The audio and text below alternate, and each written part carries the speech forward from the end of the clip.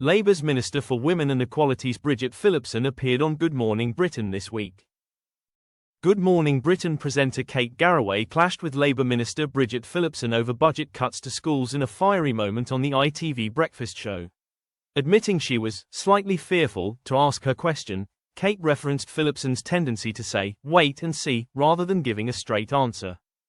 She started the interview off by saying, "I'm slightly fearful as I ask this to you, because you'll say, wait and see, but I'm sure you hear all the time from teachers that budgets are on their knees anyway, and now by agreeing for settlement of increase of pay they're having to find a chunk of that. I know you're paying some, but a chunk of that out of their budgets. They've already had to reduce, various supports like teaching assistants, like SEN, all of those things in schools. So schools are going to be thinking, well, you say you've given us more, but actually in order for our teachers to be rewarded, we end up with less." Phillipson responded, "Look, I have been upfront with schools about the challenges we face, and schools, and the rest of the public sector, are going to have to find some smarter ways of working. That's just the reality of where we are at the moment." Clearly unimpressed, Kate interrupted, "Smarter ways of working. Sorry to interrupt you, do you have any ideas of those smarter ways of working?" When Phillipson tried to say, "I do," she was cut off again, with Kate insisting, "Because the head teachers I talk to don't."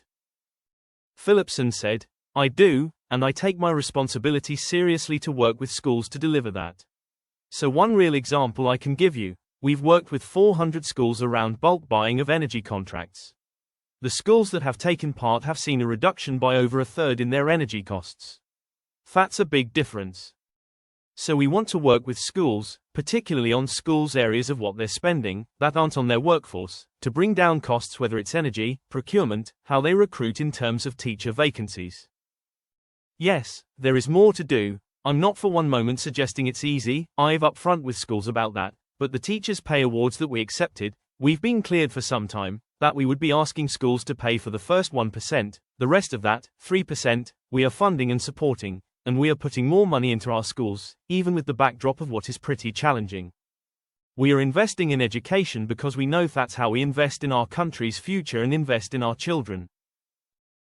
Kate simply said, "Well, but the head teachers I've talked to already say they've done those things, but we'll have to wait and see," before the interview came to a close.